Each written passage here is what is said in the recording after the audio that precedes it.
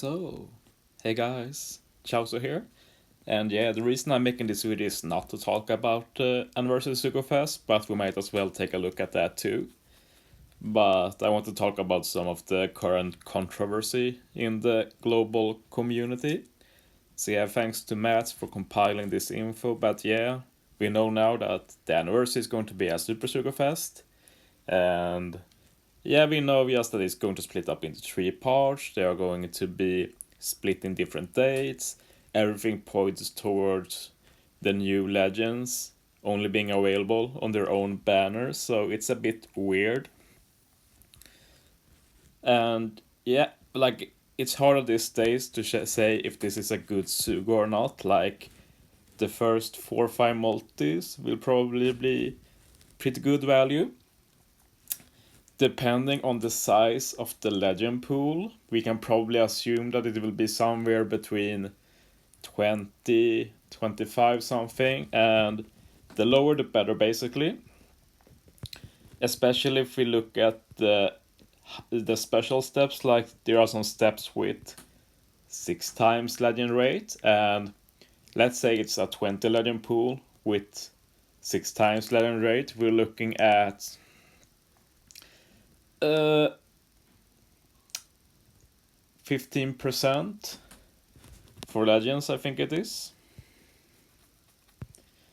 And then 12 times, that should be around 30% rate. So with those kind of numbers, like we're up with the 6 times rate, we're approaching the chances of getting a certain legend, like on all red multi. Like if I'm not mistaken, all red multis are usually like 2% chance something for any particular legend.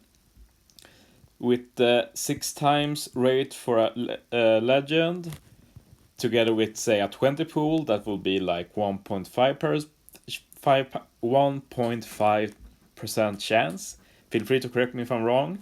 And with a 12 time chance, that will be like a 3% chance if it's a 20 legend pool. And that will obviously change things. Of course, the 12 times rate is on multi 14, so you don't really want to go that far.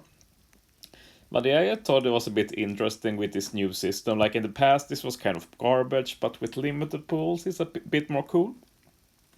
But yeah, it's going to be fun to check the rates when they go live. But okay, let's talk about the controversies. I think we'll go up to this pic here. Here it is that Godot posted. Thanks for that. And it's about the Super Sugo Fest.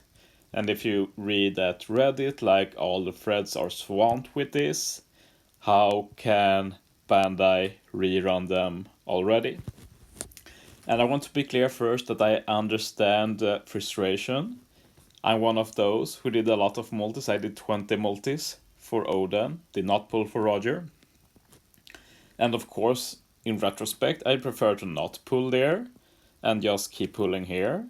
We'll have to see how the rates for the Annie are. I doubt they will be as good as this one. Like, for those who don't know, the rates on this Sugo is insane. 1% chance for any legend. So if you don't have Odin or Roger, it's 2% chance to get one of them. It's just...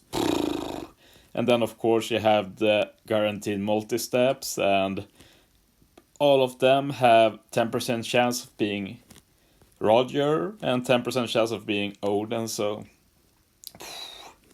it will be hard to top this Sugo, at least if you're someone like me who don't lack a lot of stuff. We've never seen these high rates. Like the World Cruise Sugo Fest was 0.6% chance for any individual leg. 1% is... I don't think it will ever happen in this game. It's on that level of craziness. But yeah, people are upset, and as I said, I understand why. But I feel like a lot of context goes lost in the salt. Like, first of all that was said was that Roger and Odin will only rerun on Super Sugo Fests. They never said anything about how common they will be. they never said that Anniversary will not be a Super Sugo Fest. No, they just said they will only rerun on Sugo Fest called Super Sugo Fest. And then we as a community made assumptions. Like, I personally assumed that we will probably get a Super Sugo Fest for Anniversary. But yeah, I've learned that there's this expression, right? It's called FOMO, fear of missing out, right? And I felt that with Odin, because this was first time ever we got something like this. People were talking about, oh, but Dokkan or stuff like this, and Yoshi's going to do like that, and they are only going to rerun twice per year, and I was like, shit, and Odin is so cool, and yeah, I want him. So yeah, it definitely happened to me, and it was calculated. Like when I did it, I knew that, yeah, he might rerun earlier, but my way of looking at it was, if that happens, then I'll be super happy, because it means I don't have to feel like I'm missing out, because I know there's a good chance that rerun often. Like, I always thought that there was a good chance that Global would rerun Super Sugos more often than JP, because we just have more celebrations. Now with Korea coming, we will probably do a big thing of the Korean anniversary too. Like, there's going to be celebrations all the time. And now we know that Bandai are fine with not only rerunning this Super Sugo Fest, but in my opinion, devaluing them by giving them insane rates. And yeah, basically what Bandai has done is that I can go back to just pulling on my stuff I like limited stuff, any Sugo that happens to have good rates, and I don't have to feel like I have to save up for a Super Sugo, because I know that, okay, I have to prepare for a few months and they'll rerun, and I can try and pick them up then. So yeah, I feel like that perspective is lost a bit, that we have gone from assuming that these units are going to be super duper limited to them being not that uncommon. It's a similar fear we had with other stuff like the Kizuna Legends and the Pudding. They rerun every month on JP, for example. And in the end, this is a good thing. It just sucks this time, because many like me felt this FOMO, quotation marks, and really wanted to not miss out in case Bandai did the worst case scenario. Let me be clear, that was the worst case scenario, that they will be super rare. Now we got the best case scenario instead, that they are pretty common. And it's a good thing for the future. It just sucks this time. And I just lack that nuance in this debate. But yeah, then there are of course other stuff to complain with, like, I like Treasure Map. A lot of people complain about Treasure Map, that's fine. I think it's a bit silly, since people are going on about making global Treasure Map better, and like, we've already got so many improvements compared to JP, and I don't really see global getting more improvements before JP gets them.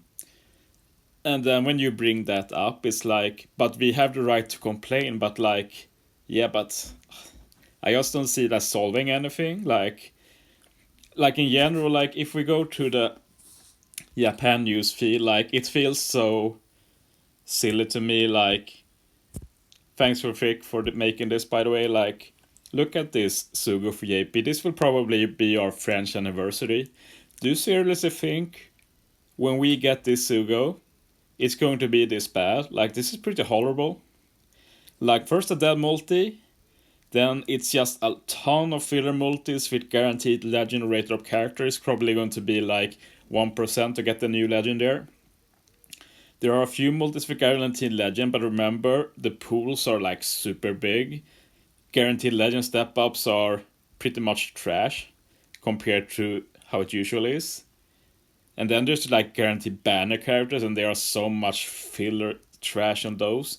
And then multi 10 and 20 is like, ooh, guaranteed limited pool legend. But it's just this is the normal legend step up on normal Sugo Fests. Like, yeah, I just get sad when I see this, and I'll talk about it in the future too, but JP's in a pretty bad state Sugo wise. And it just feels weird to have JP in this state, and the global community are frankly bitching about Bandai making two good decisions like, oh, how can they do this? Like, I assumed that they wouldn't let them rerun this often. Fuck you, Bandai. Like, it's just sad to see. Yeah, I just wanted to vent a bit. I think it's super silly, the whole thing. And I'm one of those who went 20 multis myself. But I'm willing to accept that I took that bet. I didn't have to do it, but yeah, I feel like I said what I wanted to say. I'll probably talk more about Annie if there's anything I feel like. So yeah, thanks for hearing me out. See you next time.